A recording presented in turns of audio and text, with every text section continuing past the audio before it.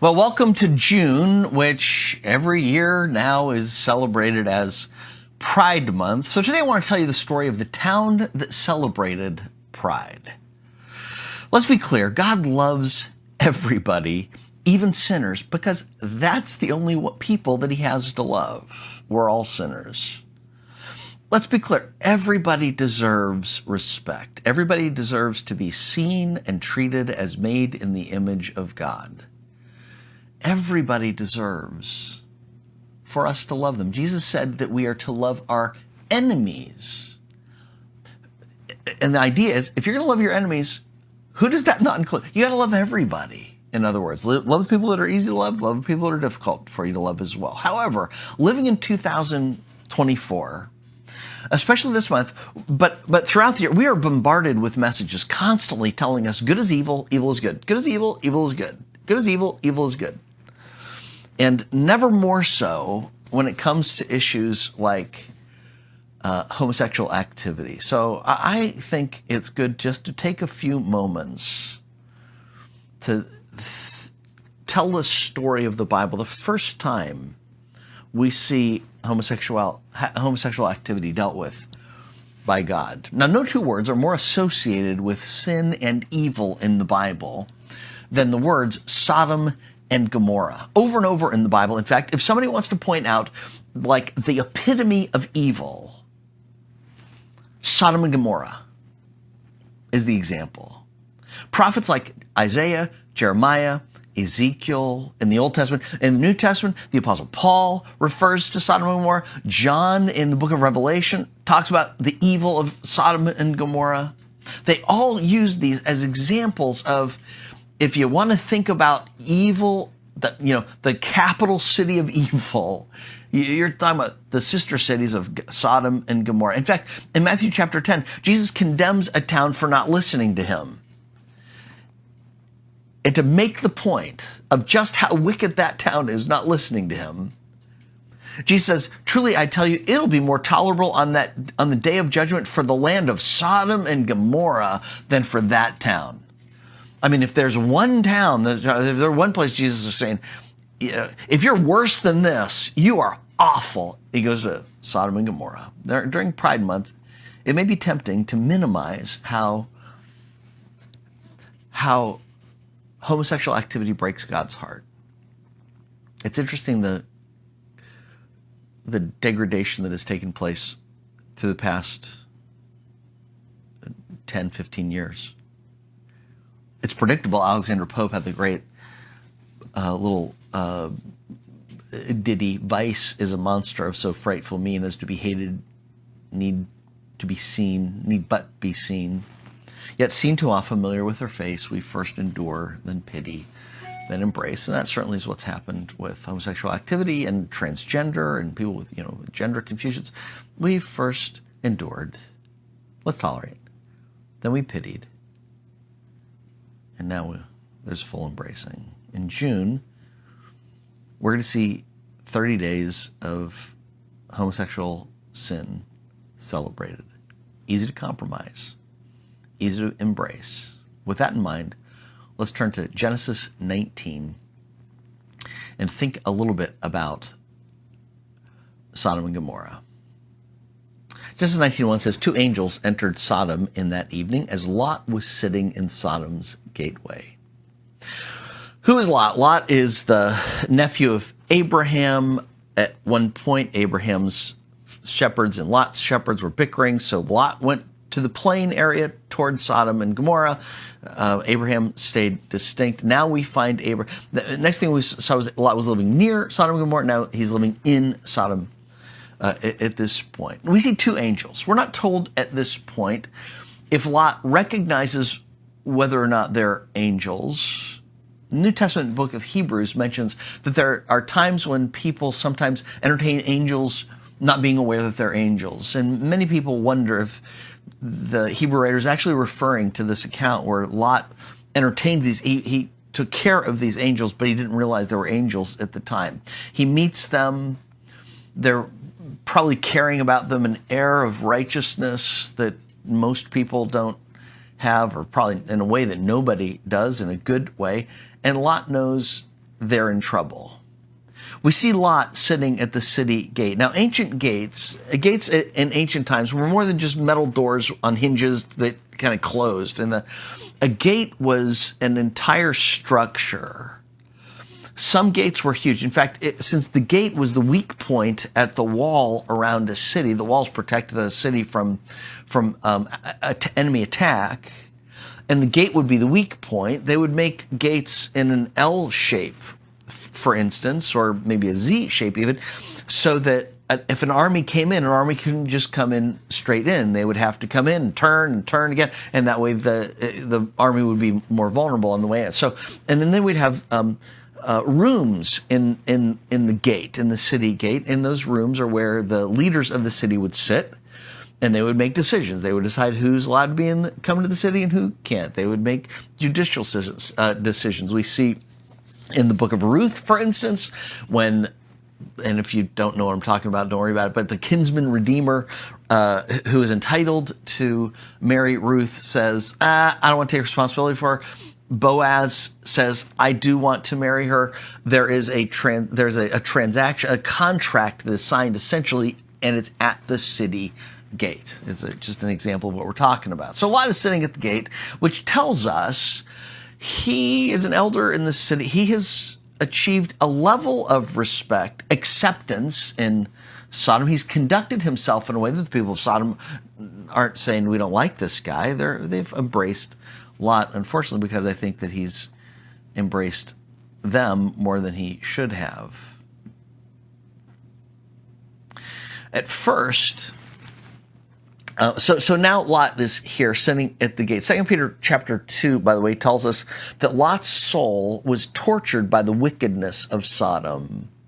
But his actions here tell us that he also worked to fit into Sodom. We're going to see that now. Whenever Lot stands up to evil, nobody's going to take him seriously because he's lost his credibility. Verse 1 continues.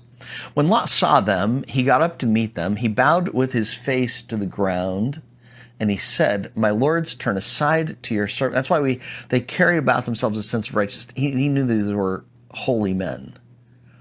My lords, turn aside to your servant's house, wash your feet, and spend the night. Then you can get up early and go on your way. No, they said, we will rather spend the night in the square.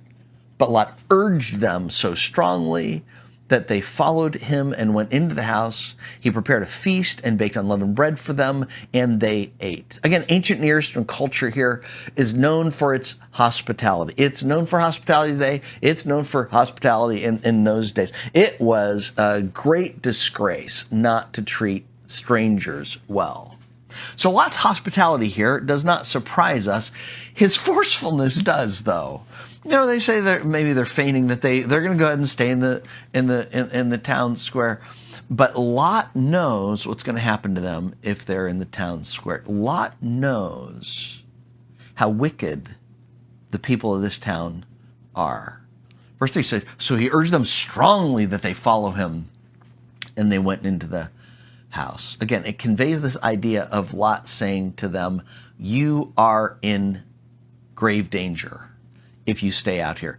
You got to get off the street quickly. In other words, Lot's lived long enough in Sodom to know the reality. Verse 4. But when they went to bed, the men of the city of Sodom, both young and old, the whole population surrounded the house. They called out to Lot and said, where are the men who came to you tonight? Send them out to us so we can have sex with them. Several things to notice here. First of all, notice the overwhelming pervasiveness of evil in Sodom. The words here are chosen carefully. The whole population surrounded the house. Now, does that mean every man, woman, and child showed up? I don't know if literally that's true, but the idea is the whole city was in on it. Everybody knew what was going on, both young and old. Again, you get the idea here that homosexuality was not just tolerated in Sodom, it had been completely normalized. So much so that when the crowds surround the house and say, essentially, we want to rape this man, nobody says, that's wrong. Nobody says, wait, we shouldn't do this. Everybody, I think, has come to the place of understanding it is expected in Sodom. Some people may not like it still, who knows? It's kind of like crime in major cities today in some way, perhaps. Criminals know they're not going to be prosecuted. Criminals know they're being tolerated. And so crime runs rampant. It's not that everybody likes it, but everybody knows, hey, this is just how it is. It is so prevalent and strong, you just can't stop it, is how it was. For 4,000 years, there wasn't much controversy about how wicked the people of Sodom and Gomorrah were and why God destroyed it. But in recent years, some people have begun to downplay the sin of some homosexual activity by saying the sin here isn't really homosexuality, it's rape. Some, in fact, go so far as to misuse Ezekiel 16 to justify their beliefs. Ezekiel 16:49. Now, this was the iniquity of your sister Sodom. So the people of Israel are about to be destroyed by God. Ezekiel the prophet is telling them it's going to happen. And he's explaining to them in advance why. And what he does now is he says, the sins that you're about to be destroyed for were the sins of Sodom and Gomorrah. Why God destroyed them. She and her daughters had pride, plenty of food, comfortable security, but didn't support the poor and the needy. They were haughty and did detestable acts before me, so I removed them when I saw this. Now, again, first of all, it's not hard to see the parallels between that day, their sinfulness, in our day, right? Pride, plenty of food, comfortable security, didn't care for the weakest among them, were haughty and did detestable acts before the God.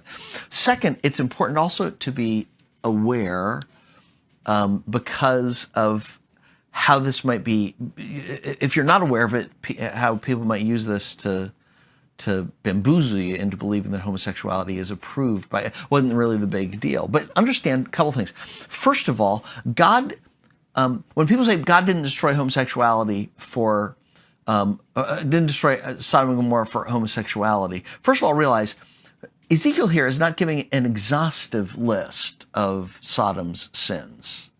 He's telling the people, these are the sins of Sodom that are also the sins that you committed.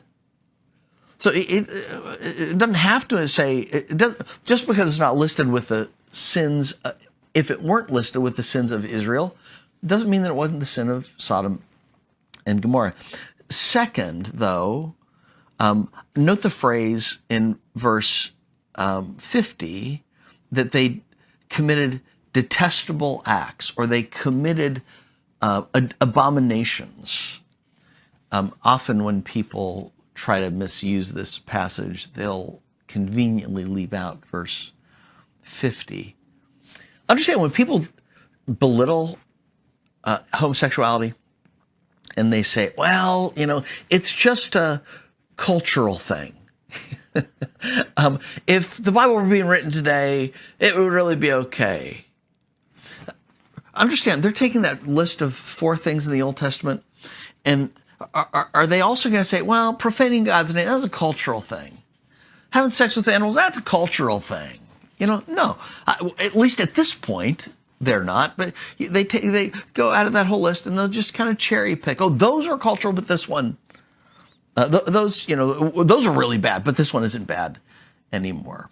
One popular argument for people to use to legitimize homosexual conduct is to say, if God gave me these desires, they can't be wrong. I mean, how cruel would God be to give me desires that he then condemns?